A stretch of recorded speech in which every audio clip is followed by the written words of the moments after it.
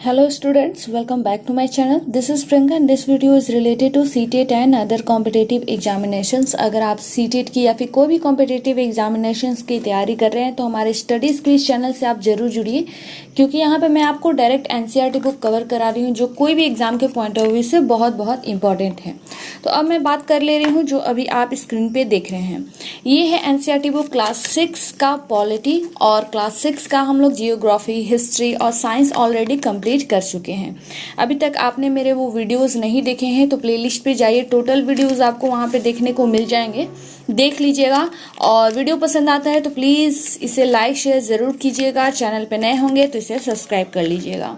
तो चूंकि मैं NCERT बुक के साथ साथ पेडागोजी सेशन भी लेके चल रही हूँ, क्योंकि सीटेट के एग्ज़ाम होने वाले हैं और कोई भी टेट्स एग्ज़ाम के लिए चूंकि ये बहुत इंपॉर्टेंट है, इसलिए मैं पेडागोजी सेशन के पॉइंट ऑफ व्यू से भी लेके चलती हूँ।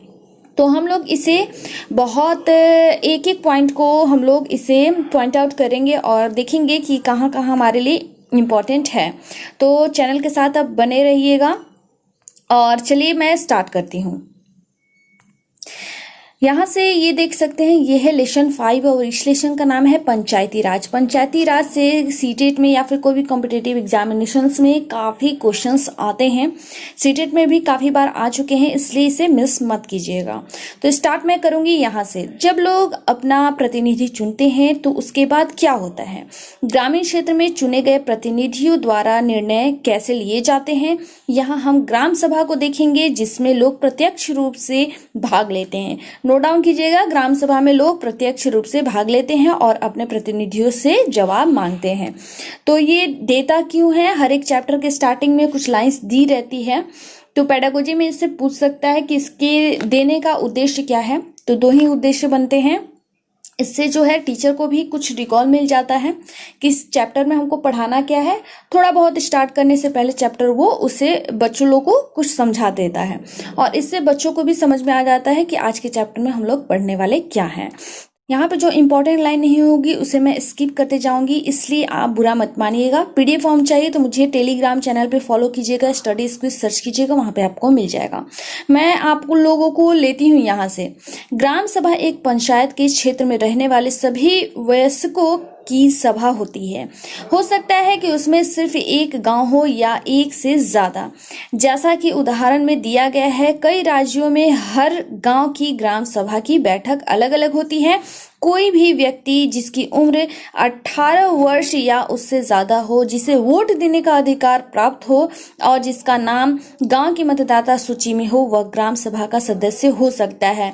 तो ये जितने सदस्य के बारे में दिया गया है इसको आप जरूर नोट कीजिएगा, स्क्रीनशॉट अभी आप लेते चलिएगा, इसलिए कि सीटेट में काफी क्वेश्चन आ चुके हैं, मैं बार बार कह रही हूँ। तो स्टार्ट कर लेती हूँ मैं यहाँ से। आज का दिन बड़ा खास है, सभी लोग जल्दी जल्दी ग्राम सभा के लिए जा रहे हैं। क्या आपको पता है क्यों?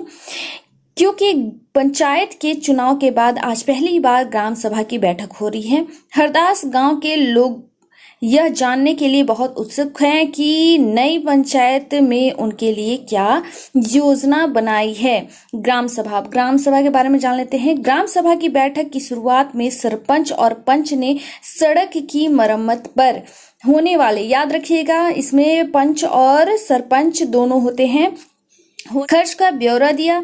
यह सड़क गांव के मुख्य सड़क से जोड़ती है। इसके बाद पानी की कमी पर चर्चा होती है।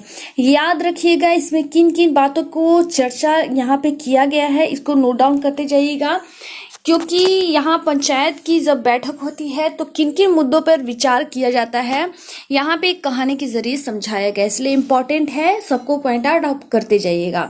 गांव में रहने वाली तीजिया ने बोलना शुरू किया कि हरदास गांव में पानी की कमी की समस्या बढ़ गई है। हैंडपंपों का पानी जमीन में बहुत नीचे चला गया है। मुश्किल से हैंडपंप में थोड़ा पानी आ जाता है। औरतों को 3 किलोमीटर दूर सुरू नदी के पास पानी ले जाने पड़ता है। एक सदस्य ने सुझाव दिया कि सुरू नदी का पानी पाइप से लाकर गांव में एक बड़ी सी टंकी में भर लेते हैं, उससे पानी की आपूर्ति हो जाएगी। लेकिन दूसरे लोगों को लगा कि यह पानी बहुत महंगा पड़ सकता है। उन्होंने कहा कि इस साल के लिए हैंड पंप और गहरे कर लेते हैं और कुओं को साफ कर लेते हैं।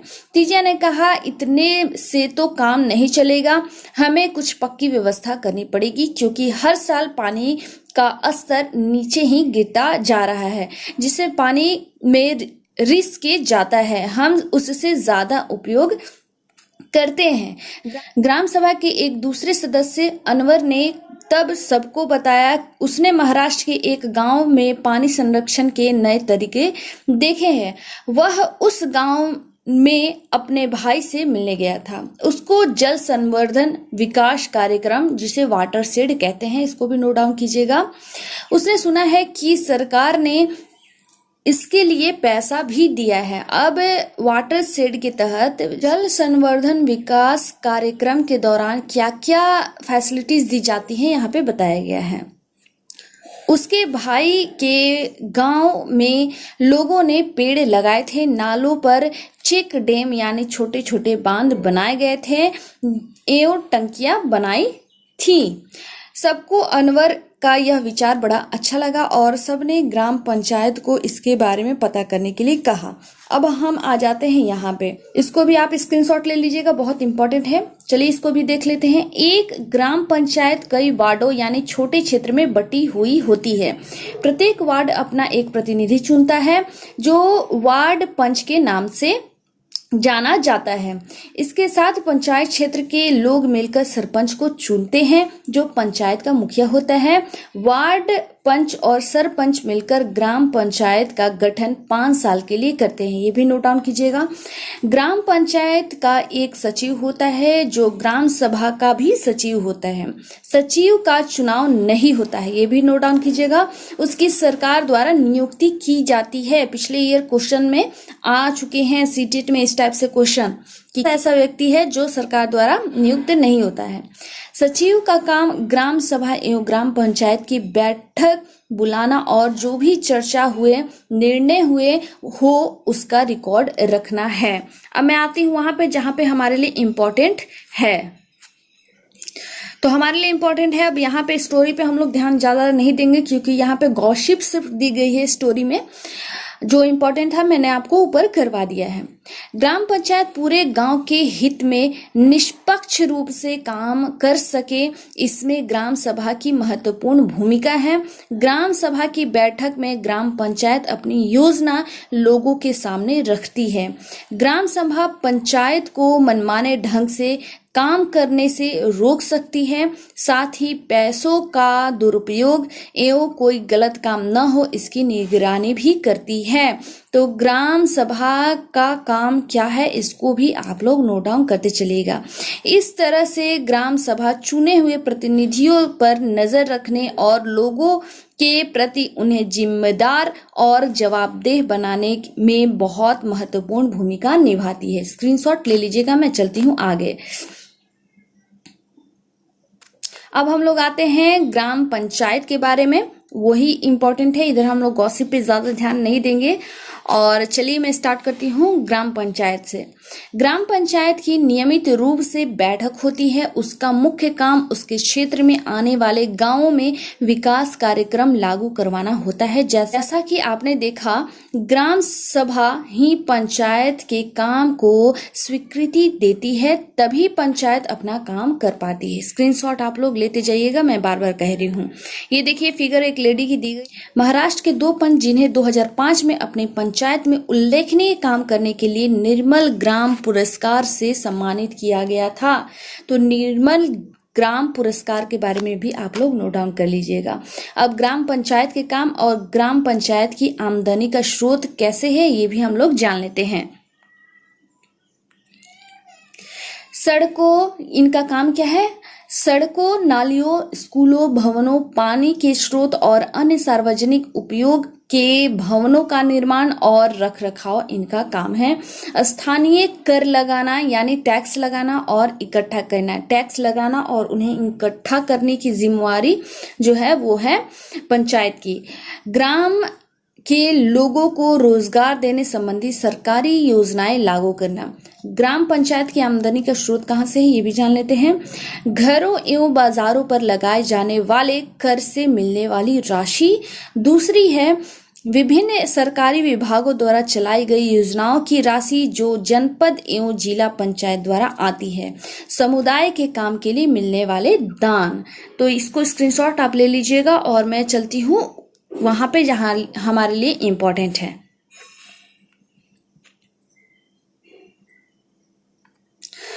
तो हम लोग आ जाते हैं यहाँ पे। कुछ राज्यों में ग्राम सभाएं काम करवाने के लिए समितियां बनाती है। उदाहरण के लिए निर्माण समिति। मान लीजिए कि गांव में एक समुदाय केंद्र का भवन बनवाना है तो यह काम निर्माण समिति की होगी। निर्माण मीन्स आप लोग समझ लीजिएगा, दिमाग में बैठा लीजिएगा। इस समिति में कुछ सदस्य ग्राम सभा के होते हैं और कुछ पंचायत के। ये दोनों मिलकर गांव के विकास के लिए काम करते हैं। चलिए देखते हैं कि हरदास ग्राम पंचायत ने क्या क्या काम किया है। तो यहीं तक इम्पोर्टेंट है और आगे गॉसिप दी गई है वो हमारे लिए इम्पोर्टेंट नहीं है। अब यहाँ पे फिगर देख रहे हैं। अब आ जाते हैं पंचायत के 3 स्तर कौन कौन से होते हैं, बहुत इंपॉर्टेंट है इसलिए आप इसे स्क्रीनशॉट ले लीजिए। चलिए स्टार्ट करते हैं। पंचायत के 3 स्तर, ये भी याद रखिएगा, इनके 3 स्तर होते हैं। हरदास गांव की ग्राम सभा और पंचायत के बारे में पढ़ने के बाद आपको समझ में आ ही गया होगा कि पंचायती राज व्यवस्था एक ऐसी प्रक्रिया है जिसके द्वारा लोग अपनी सरकार में भाग लेते हैं। नोट डाउन कीजिएगा। ग्रामीण क्षेत्रों में ग्राम पंचायत लोकतांत्रिक सरकार का पहला स्तर है। पहला स्तर है क्या? ग्राम पंचायत। ग्राम पंचायत ग्राम सभा के प्रति जवाबदेही होती है क्योंकि ग्राम सभा के लोग ही उनको चुनते हैं। पंचायती राज व्यवस्था में लोगों की भागीदारी 2 और स्तरों पर होती है। ग्राम पंचायत के बाद दूसरा स्तर विकास खंड का होता है, ये भी नोट डाउन कीजिएगा। दूसरा है विकास खंड। इसके जनपद पंचायत या पंचायत समिति कहते हैं। इसे जनपद पंचायत या पंचायत समिति कहते हैं, ये भी नोट डाउन कीजिएगा। विकास खंड को जनपद पंचायत या पंचायत समिति के नाम से भी हम लोग जानते हैं। एक पंचायत समिति में कई ग्राम पंचायतें होती हैं। पंचायत समिति के ऊपर जिला पंचायत या जिला परिषद होता है, यह तीसरा स्तर होता है। जिला परिषद एक जिले के स्तर पर विकास की योजनाएं बनाती हैं। पंचायत समिति की मदद से जिला परिषद सभी पंचायत में आवंटित राशि को वितरण करने की व्यवस्था करती है। संविधान में दिए हुए निर्देशों के आधार पर देश के हर राज्य में पंचायत से जुड़े कानून बनाए हैं, इसलिए पंचायत समिति कानून हर राज्य में कुछ अलग अलग हो सकते हैं। इसके पीछे मुख्य विचार यही है कि गांव की व्यवस्था में लोगों की भागीदारी बढ़े और उन्हें अपनी आवाज उठाने के लिए ज्यादा से ज्यादा मौका मिले। अपने अध्यापिका से निवेदन कीजिए कि किसी चुने हुए प्रतिनिधि जैसे पंच, सरपंच, जनपद या जिला परिषद के सदस्य को कक्षा में आमंत्रित करके उनके काम और जिम्मेवारियों पर बातचीत करें। देखिए ये भी इम्पोर्टेंट है। आप बाहर से भी कुछ ऐसे अधिकारियों को या फिर सेवकों को बुला के आप बच्चों को उनके बारे में बता सकते हैं, जिससे बच्चों का मनोबल बढ़े और उनके बारे में ज्यादा से ज्यादा जानकारी वो लोग जुटा सके। अब देखिए आ गए हैं यहाँ पे अभ्यास, ये बहुत इंपॉर्टेंट है, आप लोग इसे प्लीज स्किप मत कीजिएगा। एक नजर में इसको आंसर देने की कोशिश कीजिएगा। आंसर देते वक्त आपको ये होता है कि जो चीज पे आप ध्यान नहीं दे पाए हैं उसको फिर से आपको रिकॉल करना पड़ता है कि आखिर मैं इसका आंसर नहीं दे पा रहा हूं या फिर मुझे याद नहीं है। तो एक तरफ से ये रिकॉल समझ लीजिए, स्क्रीनशॉट लेते जाइएगा। और ये चैप्टर हो गया है यहीं पे समाप्त। ये बहुत इंपॉर्टेंट चैप्टर था इसलिए मैं इसको बाद में करवाई हूँ। एक चैप्टर हमारा छूटा हुआ है जिसे कवर करने के बाद हमारा क्लास 6 का पॉलिटी कंप्लीट हो जाएगा। तो चलिए नेक्स्ट वीडियो मैं तुरंत लेके आऊंगी, मिलूंगी नए वीडियो में नई जानकारी के साथ। धन्यवाद।